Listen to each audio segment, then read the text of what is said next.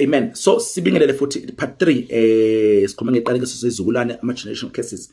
So last ngicela uqale ku part 1 then uzoqhubeka uyibambe la ku part 3. Amen. Ngoba iyaqhubeka nisaqhubeka. So besisakhuluma sikhuluma ngeexample ye-abortion ukuthi i-abortion iyini ukuchitha kwegazi lemsulwa kokunikela ngokwebhayibheli lo muntu lokusuku bekhona uNkulunkulu isithixo esibizwa ngomolek. Umolek ke bekuyisithixo senziwe ngensimbi lezandla kanjena nje sinekhanda lenkomo lithi iBhayibheli ningandlulisa ingane zeni emlilweni. Bekwenzekalani? Umolek bekubasa umlilo bese ke ingane zabo bayiphonsa kumolek ingane njengomnikelo kumolek. BekuNkulunkulu ke wesimo womnotho wenzalo nomnotho. So God of isimo sezulu mabuphela sikhuluma ngesimo somnotho isizwe saka-Israel bekuyisizwe esitshalayo so bebadinga imvula. So ingakho sithi beNkulunkulu womnotho and then beNkulunkulu wenzalo. So they would offer izingane ziphilayo zikhala bese bekudlala igubhu zidlalele phezulu bangazizwe ingane zekhala ukuze bangalizwe iphimbo lengane ekhala. So iBhayibheli ibizela ngokuchitha igazi lemsulwa, okay, ngokudlulisa ingane emlilweni. That is abortion, okay. Abortion, uchitha igazi lemsulwa. Yebo namhlanje senza ngendlela ehlukile, akukona ukuthi sikukhona isithixo sikaMolek la ingane zanje sokhona, but it's the same principle. Uma uchitha isisu kusuke unikela ingane kuMolek kuyidemoni kahle unikela kumademoni because uMolek is thixo, but iMolek umfanekiso wedemoni elithize endaweni kamoya. Ngithini? uMolek isithixo lesesakhiwa umuntu, leso thixo lesumfanekiso sedemoni elithize endaweni kamoya. So ngamanye amagama ngizama ukuthini, behind zonke ithixo kunemoya noma idemoni elithize eli representa ileso thixo lese osibona ngamehlo. I hope it's clear. All right. Okay.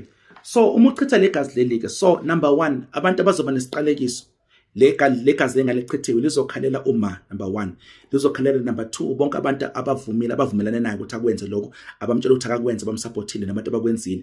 Ngamagama lesiqalekiso lesi sizowela phezulu kwentombazane number 1, number 2 sizowela phezulu kwamama. Mabe umama uthi akahamba ayoskipha isisu naye wamsupporta, wangathi no, wangazama ukumvimba umntwanakhe. Number 3 number 2 noma number 3 sizowela phezu kubaba wengane mangabe naye uvumile, mangabe ukhiphe imali yakhe, mangabe umphelezele, mangabe uvumile naye wangazama ukumvimba, ukumnqaka ukuthi ayenze lento leyo, because they are what we call ama-accomplice kule senso. You understand? Khona umuntu ukuthi okay uwenzile, but omunye umuntu oguilty ke set to say, but iqiniso ke esingeke siliphike unesi omenzile mangabe uye clinic wakhipha isisu, noma ke umuntu omthengisela iphilisi mangabe uthenga iphilisi. Let me also say this, lento ye-abortion kukhona mufuna eBhayibhelini lakho incwadi kaExodus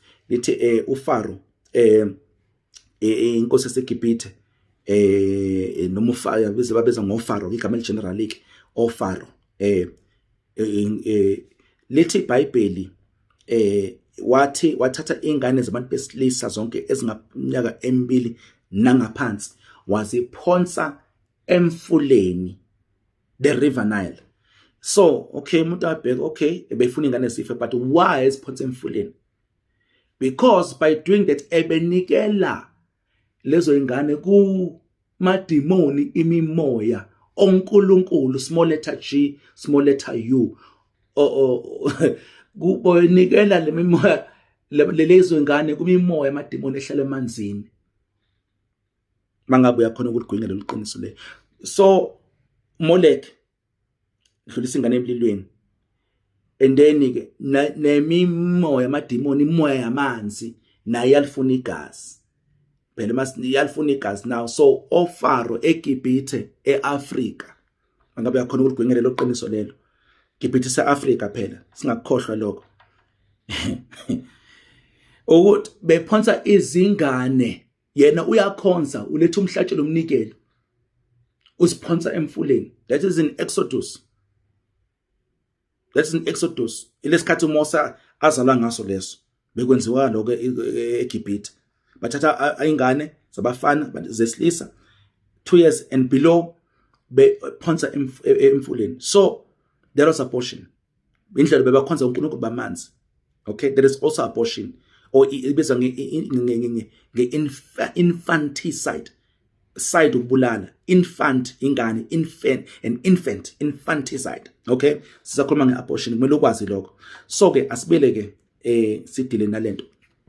Isikhathi sami sihamba kanjani? All right, sambonga uNkulunkulu. So leso siqalekiso ke sengishela ukuthi abantu abanecala uma wengane umuntu okhipha isisu umuntu bonke abantu abamsupportile abosupport abazali bakhe nawe banesiqalekiso mabe usupport iboyfriend lo khipha imali wamnikeza wamdrive wamphelezela bonke banesiqalekiso phezukwabo nalo muntu umthengisele iphilisi wabukhiphe isisu ngephilisi nalo dokotela umkhiphile nalo nurse umkhiphile bonke labantu labo bayingxenye leso sono leso banesiqalekiso. To what degree isiqalekiso sabo sihamba ukuthi ubani onesono kakhulu ngidlula abanye mhlambe sothu mama ngabe kuzosebenza kanjalo, but bonke there is a curse isiqalekiso siphezulu ngempilo yabo ngendlela ethize, in one form, nesimo esithize, one form or another. Okay, so kumele understand these are spiritual principles. These are imithetho kamoya le esingesibalekele. So ke manje ke intombazane manje ke njengoba ithatha umphefumulo ke then ke isenze njani ngokuthatha umphefumulo ngikhipha isisu se isimeme uyamema umoya wokufa ukuthi uqale uzohlukumeza lo moya wokufa ke ngoba iyenza isiqalekiso lesi sihamba kusukulana up to the 4th generation uzohamba uzohlukumeza umnikazi osenzile hlukumeze ingane yakhe hlukumeze umzukulu hlukumeze isizukulwana you understand ukuthi sebenza kanjani lento so isizukulwana sisoba nenkinga singazi ukuthi indaba sinenkinga manje so lo moya wokufa bazalwane it can manifest sometimes ukuba slow komqondo ngiyazi ijulile ngiyazi ayikho lula but I'm trying to show you ziningi izinto ezingadala kuningi things don't just happen. Ikhona imithetho kamoya echaza ukwazi ukuchaza zonke izinto ezenzeka emhlabeni. There are spiritual principles that influence everything. In fact, yonke indawo yenyama, indawo ukuthi semhlabeni, it is influenced by indawo kamoya. Indawo kamoya iyona control indawo yenyama. Indawo kamoya iyona ezala elawula indawo yenyama, indawo yasemhlabeni. So we must understand ukuthi indawo kamoya isebenza kanjani. And they said to say lezi zinto engikhulumayo abantu abasebenzela umbuso omnyama understand it better than abantu bembuso ukukhanya. Abazalwane are very ignorant, especially concerning izo kaNkulunkulu. Yethi iBhayibheli yasivezela ukuthi yasivezela ukuthi manje indlela esifunda ngale iBhayibheli sesingacabanga ukuthi iBhayibheli ibhuku likamoya, it's a spiritual book, and iBhayibheli iphethe imithetho kamoya. We don't think ngale ndlela leyo. So as a result siyashayeka. So ngenxa yaleso senzo leso ke labantu laba kuzoba nesiqalekiso sokufa esoperate empilweni yabo, and as a result ke baqale bashayeka. So lo ma wokufa depending ukuthi uwenzeni kuze ukulandele uzoziveza ngendlela ehlukile. Ungaziveza in car accidents. I know for befundisi abafebayo bafebela unkosikazi, after that baqala baba nengozi ingozi yemoto.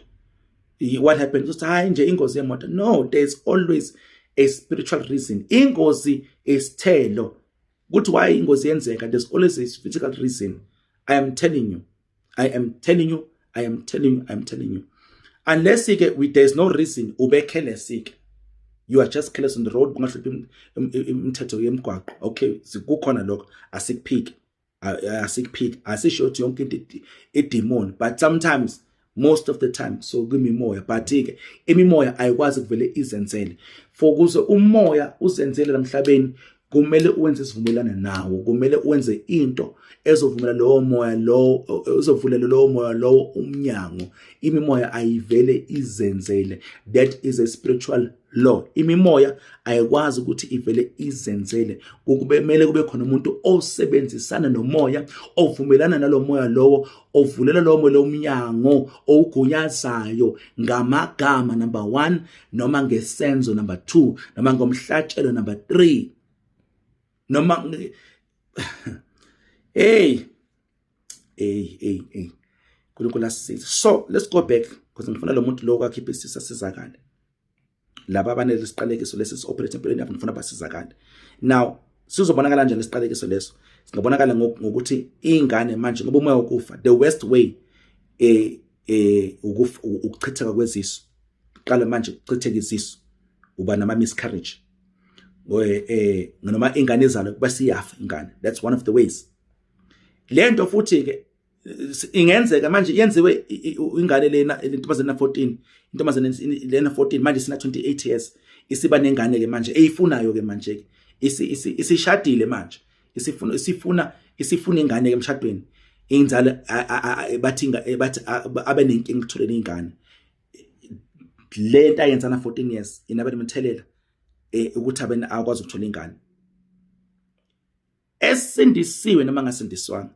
Kuwesiko mangasindiswanga, because manje uhamba imsamo, ahambe izinyanga bazama ukumsiza angasizakala. If esizakala nakhona kuyinkinga, usizwe umoya ubumnyama. So umoya ubumnyama uzomsiza ukuthi athole ingane, but at a price. Uzobuye uzomkhokhisa futhi ngenye indlela. Ihlopha lapho ke into ke mabo uthole ngamandla ubumnyama, uthole ngamandla asathane.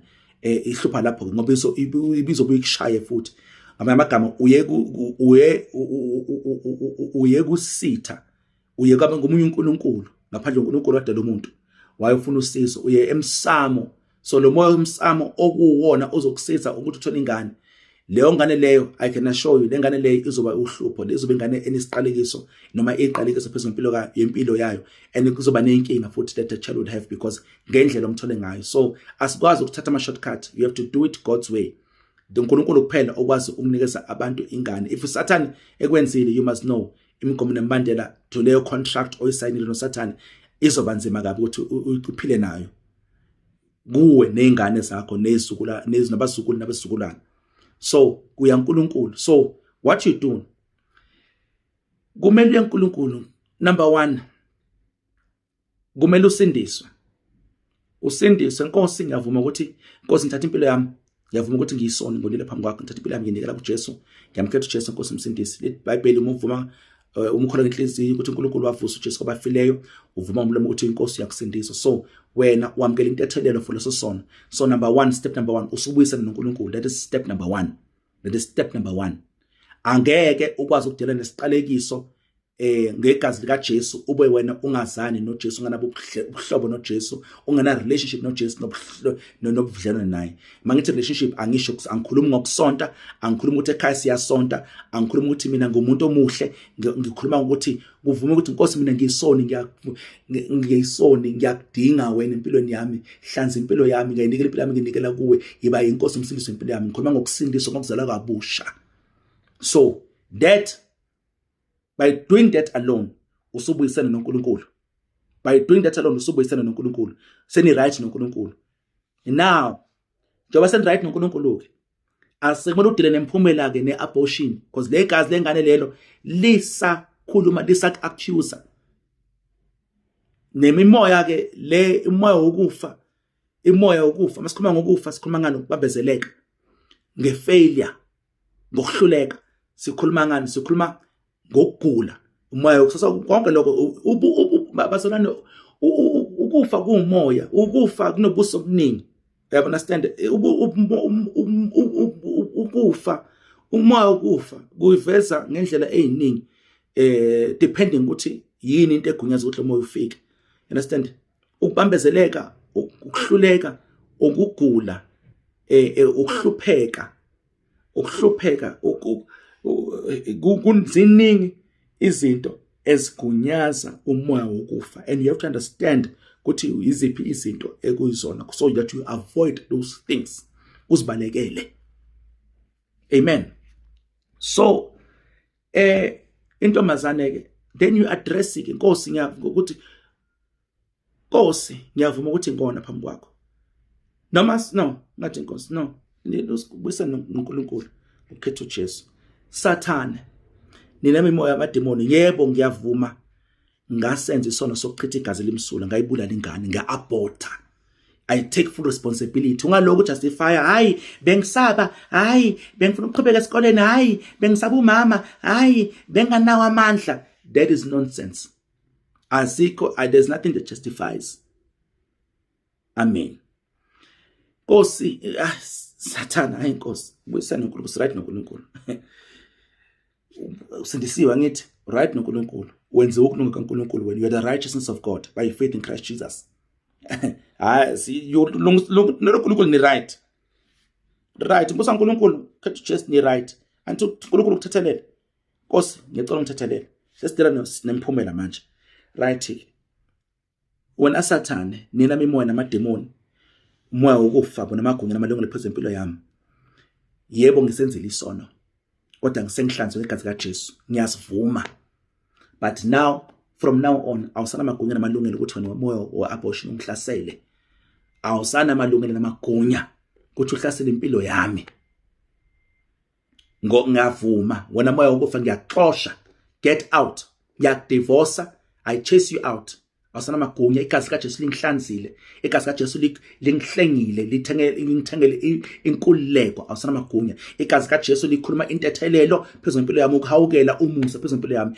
zonke iqalekiso phezulu impilo yami ngenxa yokuchitha igazi Nkosi I declare kusona manje ayisana magunya namalungelo ngegazi kaJesu it's that simple kukhona ezinye izinto ke ezidinga ukuthi mhlawumbe u-edit fasting mhlawumbe ukuthi ubopha ibhande uzincishe ukudla kancane bese ubhekana nazo lezivumelane lezo iqalekiso lezo there are some sofika kulezo but this one is that simple mhlawumbe usungazibopha ibhande just ukuzithoba phambi kaNkulunkulu ukuzehlisa iBhayibheli one of the ways esikhombisa ukuzehlisa ukuyisola is fasting iBhayibheli lokho embula ke lokho so but it's that simple you have to address that otherwise uyothi usindisiwe umntana kaNkulunkulu le moya ukufa ngenxa yesono seabortion lokulandela the more uchitha izisu the more ilandela imoya the more inamagunya the more lokufa uzokubona yena ngase kufe wena imbala it can even manifest ukuthi kufe wena it can manifest kuvele kenzalo uchitheke ezinye isisu ube ne-infertility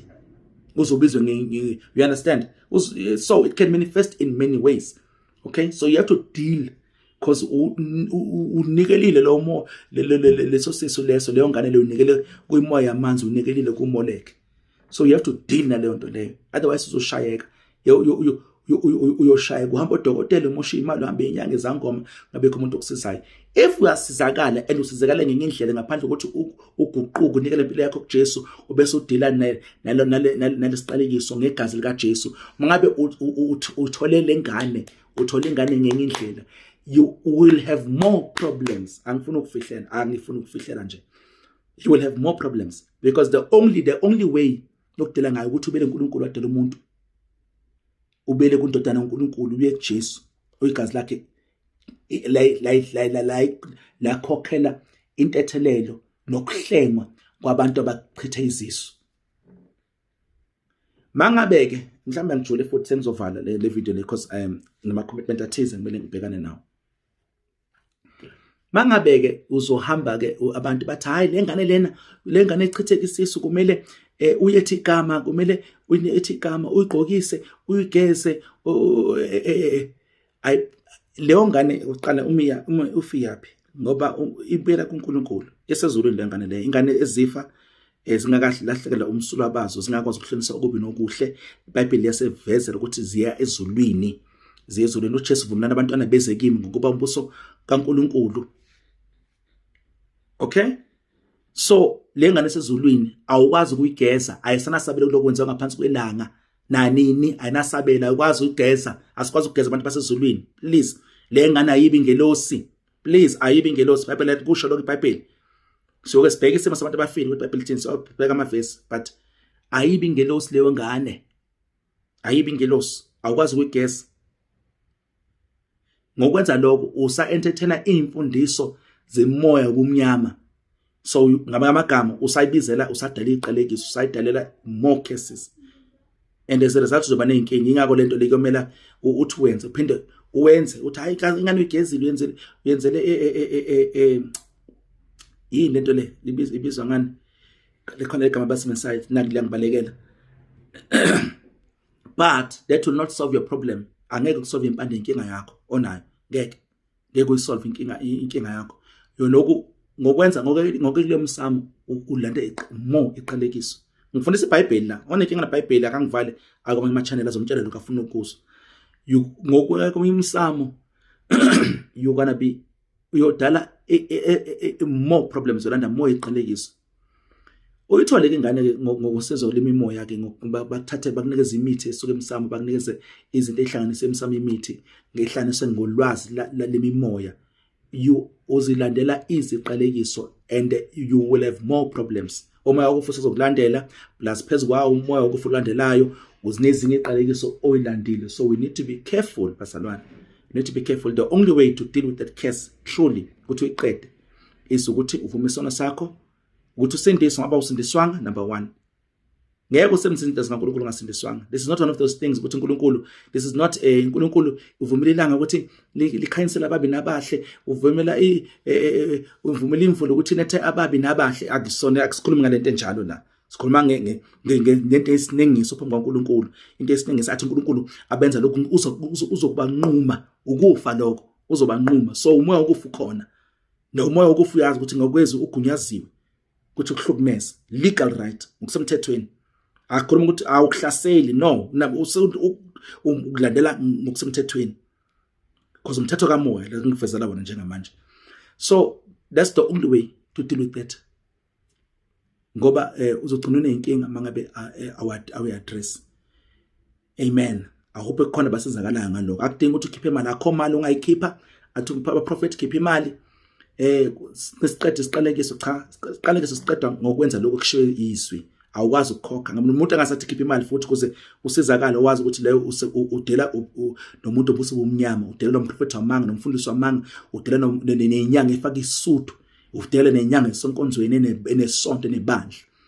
Akuze ukhuleke. uJesu sewasithengela inkululeko yethu ngegazi lakhe, sewasihlenga ngegazi lakhe, wabe inhlawulo bomhlatshelo, wabe inkokhelo yezono zethu. Akudingi ukuthi ukhiphe imali ukuze usizakale. uNkulunkulu akakusizi ngoba ukhipha imali, akakusizi ngoba unikele kakhulu, akakusizi ngoba ulale nawe umprofeti, ngoba isangoma silale nawe, inyanga lale nawe, akakusizi ngoba ukhalile. Ukusiza ngoba uye ezwini lakho wenza lokho okushizo lakho, waguquka, wavuma, wabese wabhekana nesiqalekiso. That is it. That is it. It's that simple. So ngisho ngamagama umuntu ongasindiswanga okachitha isisu ozama ukuthi manje ufuna lento uthi phela ngaphandle koba qala amukele uJesu ngeke asizakale. Ngeke asizakale.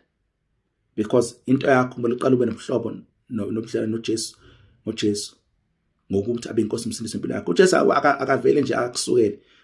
Usiza laba bantu, masikhuluma ngosizo la ngempela, usiza laba bantu ayinkosi yabo. Umele wamukele ubukhosi bakhe phezulu empilo yakho. So upesa sizakala bazalwane le teaching as inzima le topic le, but ayinzinyana inzima ngoba manje sesivama ukukhuluma izinto ezilula emasontweni, asikhuluma izinto ezisiza impilo zabantu.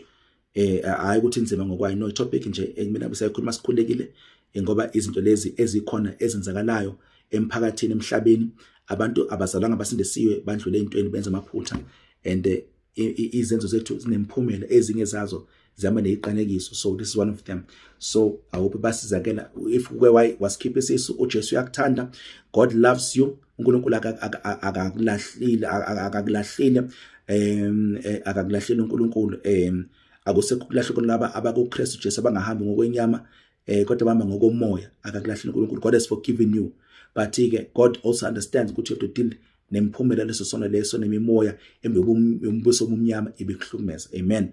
So ngiyabonga kakhulu. God bless you. Ake se uNkulunkulu asisize kakhulu, asisize kakhulu. I pray uNkulunkulu akusize, and now you know what to do. Sona lolwazi manje, please do what you have to do ye uNkulunkulu.